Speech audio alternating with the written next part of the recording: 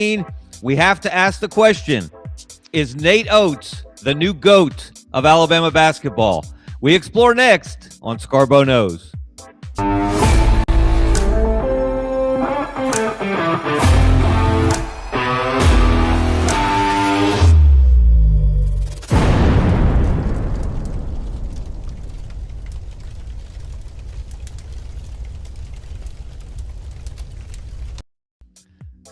Here comes Alabama.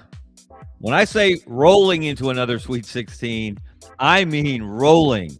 How about Alabama 90, Texas Tech 65?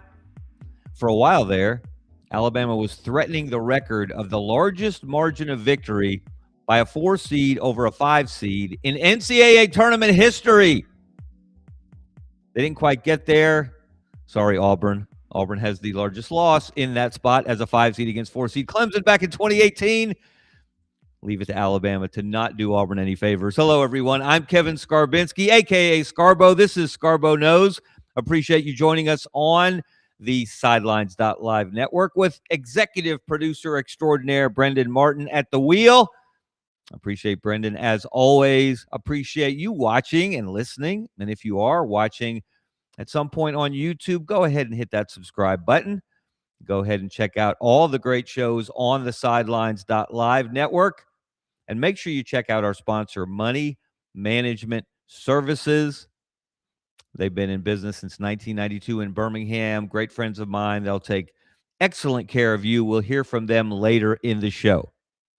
So let's get into it here on the Monday after the first and second rounds of the NCAA tournament. We are down to 16 teams, 4 of them from the SEC, one of them no stranger to this spot, and that is the Alabama Crimson Tide. They had to wait a long time to tip off, I think, about 9:09 Central Time on Sunday night, 10:09 Eastern Time. That's ridiculous. Come on, guys. We got to work on the schedule a little bit. But it didn't bother Alabama. Apparently, they have a lot of night owls on their roster. They jumped on Texas Tech from the start. And to be fair, the Red Raiders don't have their best player, JT Toppin. He got hurt late in the regular season, was out for the year. So they're not the same team without him, but they still have a large collection of talent, and it did not matter. Alabama played with a level of energy and attitude and enthusiasm and effort in that game that I don't know that we've seen all year long. Now, you could say to yourself, well, what was behind that? Why did they play better defense than we've seen from an Alabama team in some time? I suggested, or I asked on Twitter during the game, when's the last time we saw Alabama play defense like this? Was it the 2012 or the 1993 Sugar Bowl? That's how good they were on that end of the floor, which is not where they make their hay. It's usually on the other end. And, of course, they made the Nets dance on offense as well. 19 three-pointers, 19 of 42 from beyond the arc. And if Alabama shoots like that, I don't care who they play. Are you listening, Michigan? That's who's up next in the Sweet 16, but we're going to get into that matchup later in the show. But even after that dominant performance, even without Aiden Holloway, their second leading scorer, who is back at home, was back at home in Tuscaloosa, awaiting a hearing before the Office of Student Conduct and to see how his legal case plays out. Of course, he was popped for marijuana possession at his residence a week or so ago. I guess it was exactly a week ago. They didn't miss him. In fact, you have to wonder if they don't have a little extra motivation now. If you watch the game, you saw a lot of this from Alabama players. They were not flashing the peace sign. They were showing love to number 2, their teammate. They call him Biz, short for Showbiz, Aiden Holloway. So they have a lot of love for their missing teammate. But dare I say, especially on one end of the floor, they're a better basketball team without him. On defense, Aiden Holloway is a liability. They had no holes on defense against Texas Tech. So we'll see how things play out. I don't know if there's any chance legally or academically from the university's perspective that Aiden Holloway could play this weekend in the Sweet 16. I would highly suggest that for him, first of all, as a person, and for Alabama as a team, that they're better off if he deals with his issues and does not rejoin the team this season. And we'll see how that goes. Of course, these things can change any minute. We'll keep an eye on that through the rest of the week. But you would think that at this point, after what Alabama's accomplished under Nate Oats, after what we saw from them in the first two rounds, Hofstra gave them more of a fight in the first round than Texas Tech did in the second. The score got out of hand late in the game, but it was a 5-point game with 5 minutes and change left. And then Alabama asserted its will down the stretch. But a couple of double-digit victories for Nate Oats and the Crimson Tide. And despite that, everybody likes to re-rank the Sweet 16 when we get to this point in the tournament. Who has the best chance to emerge as the national champion? And I have to disagree with my good friend Mike DeCourcy from the Sporting News. Known Mike a long time, have the ultimate respect for him as a person and as a basketball mind, as a basketball writer, a basketball journalist. He listed the 16 teams remaining in the tournament on chances to win it all, and he has Alabama down there at number 15, just ahead of Texas. I saw another re-ranking of the Sweet 16 that has Alabama number 11. The only one I saw that gave Alabama any real love came from, surprise, surprise, former Alabama coach Avery Johnson, who is now a CBS Sports analyst. He wrote a piece for CBSSports.com in which he suggested that if you re-rank the teams in his mind, Alabama would be number 6, right behind number 5, Michigan. Food for thought. I guess Avery wants to be invited back to reunions in the future in Tuscaloosa. But that's pretty high praise. For the most part, though, most people think this is where the road ends for Alabama in the Sweet 16 against Michigan. That's what I had in my original bracket. I had them meeting the Wolverines and the Wolverines moving on. But there's something about this team. And we're going to get to the man who runs the show in a minute. But this is a team, and they have that little intangible called chemistry, togetherness. Guys that play for each other. Guys that enjoy each other's success as much as they enjoy their own. There's a word for that in Tuscaloosa. Their softball coach came up with it, and he has used it with his teams for a long, long time. He's been incredibly successful there. Pat Murphy. Mudita, M-U-D-I-T-A. And that means just what I described, that you care as much about the team's success and your teammates' success as your own, or maybe even more so. And if you watch this Alabama team play, watch the smile on Latrell Reitzel's face. He's the point guard. He did an unbelievable job defensively on Christian Anderson, the Texas Tech star, in that second-round victory. I wish and my hope for you is that we all enjoy whatever it is that we do as much as Latrell Reitzel Jr. enjoys playing basketball for the University of Alabama. He's been through a lot of adversity there. He has come back from a torn Achilles. This is his last year of college basketball, and he looks like he wants to go out with a bang. And then there's Houston Millett, who wears number 95 because, as in his words, 95% of the time, I'll get it right, 95% of the time you play basketball, you play without the ball in your hands. So what do you contribute to the team during the majority of your time on the floor? And he is a Tasmanian devil. He's attacking the offensive glass. He is D'ing up. He's grabbing rebounds. He's on the floor for loose balls. And then if he's open, don't leave him open because he will knock down threes. He and Reitzel combined for 11, I think, in that Texas Tech win. So there's something special about this team. And as Millett said after the game last night, I will die for this school. I love this place. And trust me when I say, knowing what I know about that program, knowing what I know about those players, that is not hype. That is not empty rhetoric. That is from the heart. That's why I say there's something special about this team. Now, it all starts at the top. It starts with the head coach. And if you didn't know it by now, Nate Oats is one of the elite coaches in college basketball. Don't just take my word for it. Look at the numbers. The Sweet 16 is an accomplishment. For very few teams is the season disappointing if you get to the second weekend. Very, very few. Look at what Nate Oats and Alabama have done since 2021. First of all, look at the coaches and the number of victories.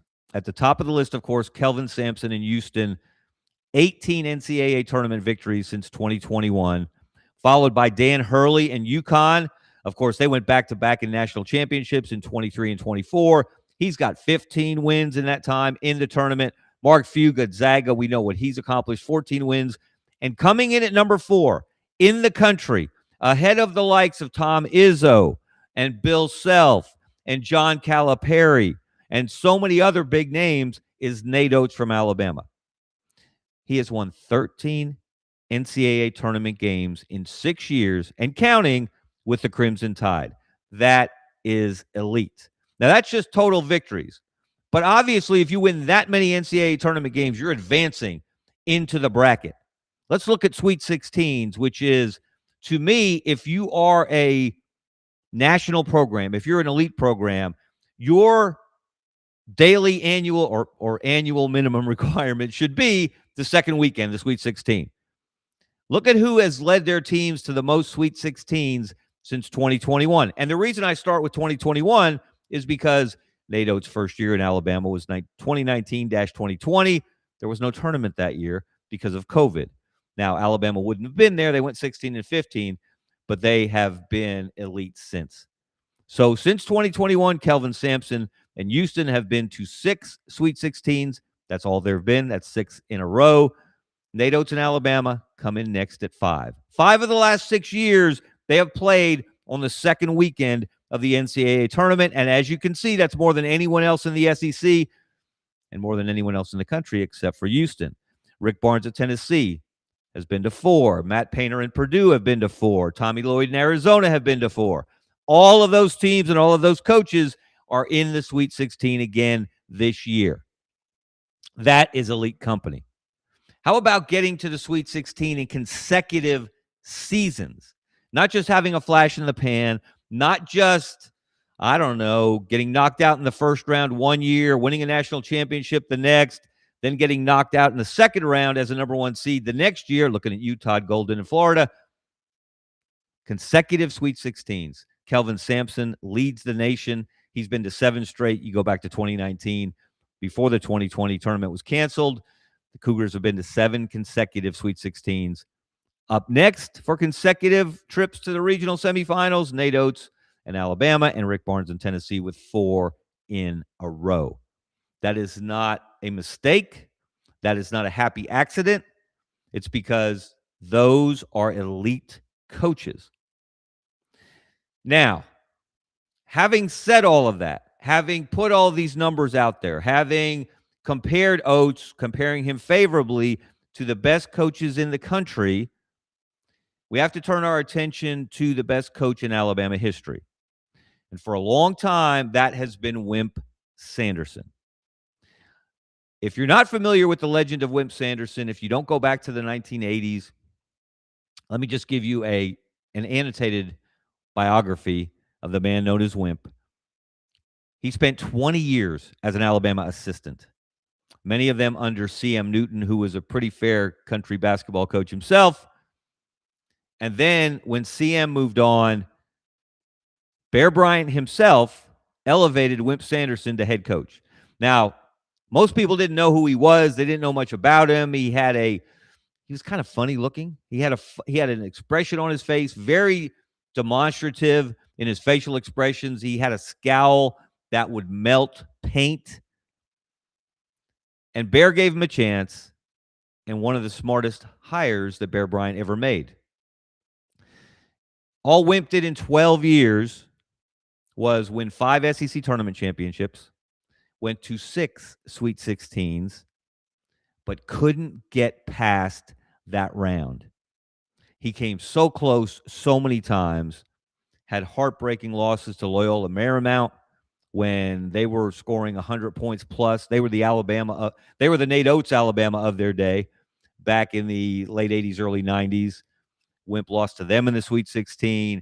He lost to Providence and Rick Pitino with Billy Donovan shooting the lights out in the Sweet 16. But Wimp was going to get you to the Sweet 16. Again, 6 out of 12 years. That's outstanding.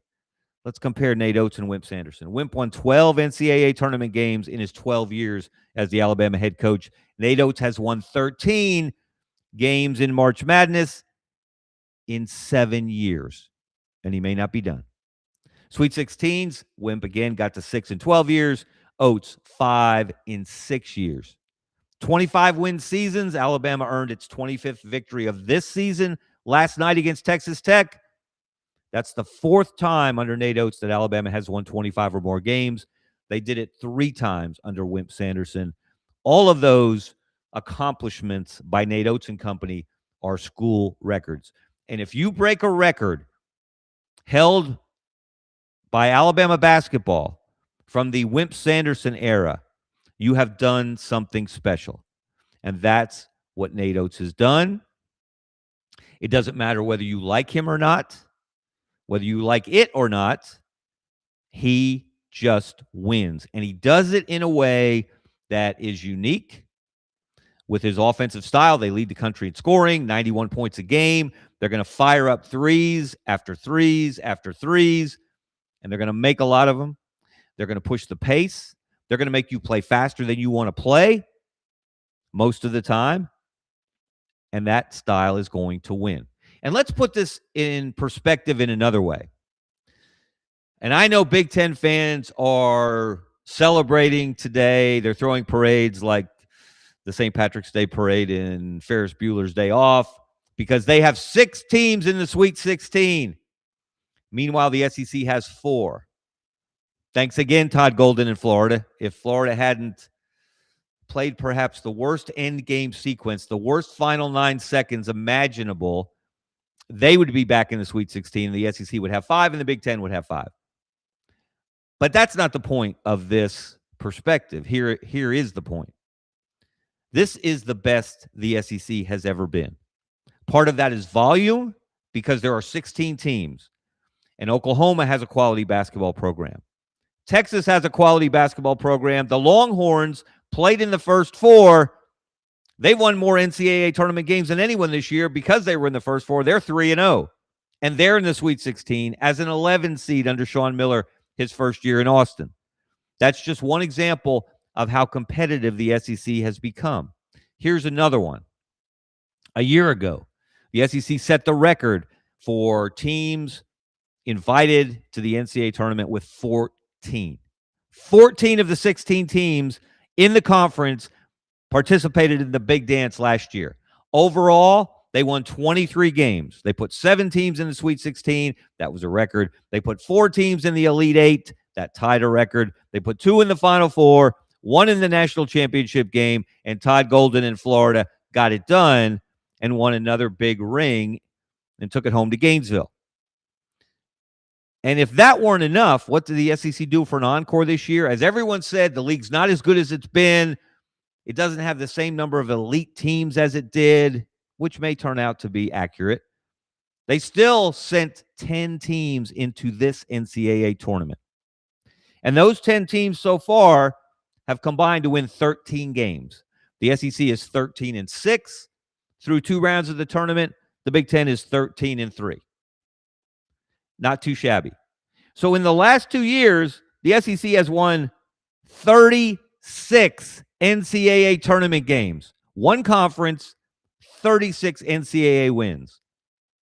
And I say all that to remind you that Nate Oats is doing what he's doing while the SEC is deeper and more competitive than ever.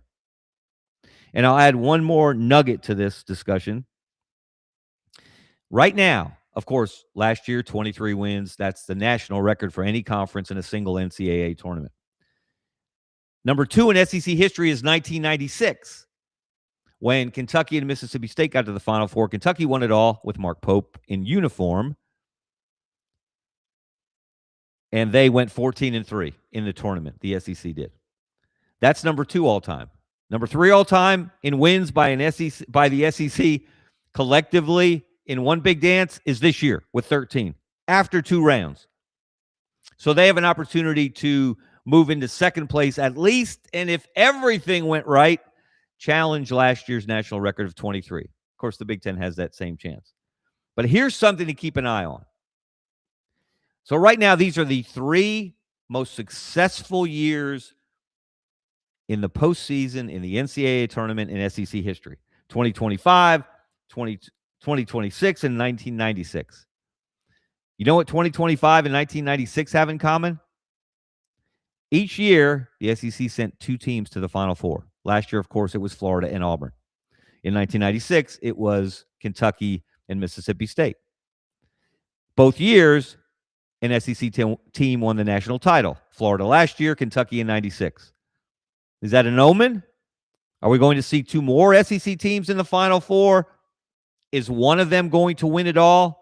No one is expecting that since Florida got knocked out by Iowa in Tampa. Iowa, the 9th place team in the Big Ten. What are we even doing? So I'm not saying, I'm just saying keep an eye on that. And here's something else to keep an eye on. All right, let's talk for a minute about Alabama versus Michigan. First of all, there's a fun backstory there, a side story, if you will. And I have talked for, 40 years now about Alabama's unwillingness to play UAB. They'll play UAB in baseball. They'll play them in softball. They'll play them in other sports. They will not play them in football. It's never happened. They will not play them in men's basketball. That's happened once in 1993 in the NIT, the year after Wimp Sanderson moved on. Poor David Hobbs, Wimp's top assistant, just a good dude, a good basketball coach. Actually had a couple of really good years in Tuscaloosa. But his first year, they didn't get to the NCAA tournament. They got an NIT bid, and they were matched up with UAB in Coleman Coliseum in Tuscaloosa. And, of course, Gene Bartow and company prevailed. To this day, you can find bumper stickers around Birmingham that say 58-56, which was the final score of that game, UAB winning, or UAB 1, Alabama 0. That's the series record. They didn't play before. They haven't played since. That's my only argument with Nate Oats in his scheduling approach. I think he schedules as well as anybody in the country. They consistently have the number 1 or 2 or 3 schedule of anyone in the country in terms of strength of schedule. They will play anyone at any time, anywhere, except UAB. So the closest thing we're going to see to a sequel to the one and only Alabama UAB game is going to happen Friday night in Chicago, because Michigan has some UAB ties. Their head coach, Dusty May, he was an assistant coach at UAB for a couple of years under Mike Davis. And Mike is a former Alabama player way back in the day. Who is Michigan's best player? Yaxel Lendeborg. Where did he play the last 2 years before he went to Ann Arbor? At UAB, where he was one of the better players in the American Conference, where he helped UAB win the American Conference tournament championship 2 years ago. So you've got one of the best players in UAB history, who is now one of the best players in Michigan history. He's a first-team All-American, Big Ten Player of the Year, and just a joy to be around. Fun to watch play the game, a joy to be around. He was fantastic his 2 years here in Birmingham for UAB, and now he gets a chance to do what a lot of UAB coaches and players would have loved to have had the chance to do over the years, but never were afforded the opportunity to do, and that's beat Alabama in the NCAA tournament. So that adds a little extra spice to Friday night's game. But that aside, speaking from a basketball perspective, how does Alabama beat a Michigan team that is 33-3, only 3 losses all year long? So I looked at the 3 losses, which is only natural, right? Who beat the Wolverines? How did they do it? What game plan did they employ? What kind of roster did they have? Well, those 3 losses, there was one in January, one in February, and one in March. They lost to Wisconsin at home, actually, 91-88. What did Wisconsin do? They made 15 of 33 3-point shots. Ding, ding, ding. You know Nate Oats' eyes lit up when he saw that box score and when he started digging into the tape. And then Michigan lost to Duke in February in that neutral site game in Washington, D.C., more of a defensive struggle. Duke won at 68-63. Threes were not a big factor in that game. Duke was 6 of 19. But, of course, Duke has a pretty powerful front line led by Cameron Boozer, one of the better players in the country. Interestingly, in that game, though, is of the 25 field goals that Duke made, 17 of them they assisted on. That means ball movement, player movement, something that when Alabama is clicking on offense, it is very, very good at. And going back to that Wisconsin game, 16 of their 29 field goals included assists. So there's a little bit of a pattern there. And then the third game that Michigan lost in the Big Ten championship game against a very good Purdue team, 80-72. This is kind of an outlier. Purdue was only 4 of 14 from the three-point line in that game. However, of the 30 field goals that Purdue made, the Boilermakers assisted on 21 of them, which you would expect because Braden Smith, their senior leader at point guard, is now the all-time career leader in assists in college basketball history. So you know Purdue moves the ball. You know they share the ball. You know they're willing to pass up a good shot to give a teammate a better shot. And when Alabama's at its best, as it was on Friday night against Texas Tech, that's exactly what they do. There's a sequence in that game where LeBaron Philon drives the lane. He draws the defense. He makes a one-handed, left-handed pass to the corner. I think it was to London Jemison. London could have taken a three. But as a defender ran at him, he quickly advanced the ball to the wing to Latrell Wrightsell, who had a better look, an uncontested three. And if your life was on the line and you wanted someone to shoot an uncontested three to get you another day on this planet, you'd be hard-pressed to find a better person to take that shot than Latrell Wrightsell Jr. So, of course, that is Alabama's formula to beat Michigan. Listen to these numbers. Two of the three greatest three-point performances in NCAA history were authored by Alabama under Nate Oats in the last 2 years. You guys remember the Sweet 16 last year against BYU? I'm sure BYU has tried to forget. When led by Mark Sears, Alabama made, this sounds comical, this doesn't sound real, 25 of 51 from the three-point line. Alabama took 66 shots in that game, 51 of them from beyond the arc, and they made 25. That's the NCAA tournament record for most makes in a single game. And then what they do Sunday night? Again, 19 for 42. They only hit 45% of those last night. So they took 68 shots, 42 of them from the three-point line. That's how Alabama wins. If they have an average night shooting the three, if they take the average number of threes they take per game, they lead the country in that category, and they shoot the normal percentage that they shoot, they'll make, about 11 or 12 threes. That's probably not going to be enough. They're probably going to need an elite shooting performance because Michigan likes to get up and down itself. It has a variety of scoring options led by Yaxel Lendeborg. But here could be the difference. If you're looking for a way to Alabama can win this game, if you are an Alabama fan and you're trying to muster up some confidence, some belief that this run is not going to end Friday night, that you can shock the world, maybe not on the order of Iowa beating Florida in Tampa, but you can become the darlings of this tournament, more so than young Mr. Darling for St. John's, who made his only field goal of the game Sunday on a driving layup with no time left to beat Kansas.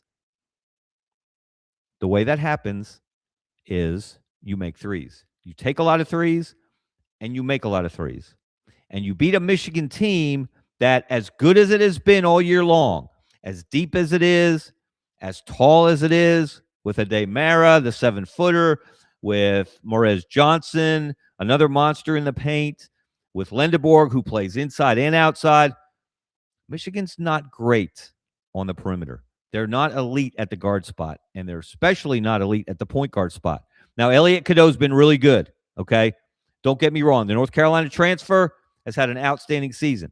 He's not a great shooter. He's more of a distributor. His backup, LJ Kayson, is out for the year. So they're a little thin at the most important position on the floor. And who mans that position for Alabama?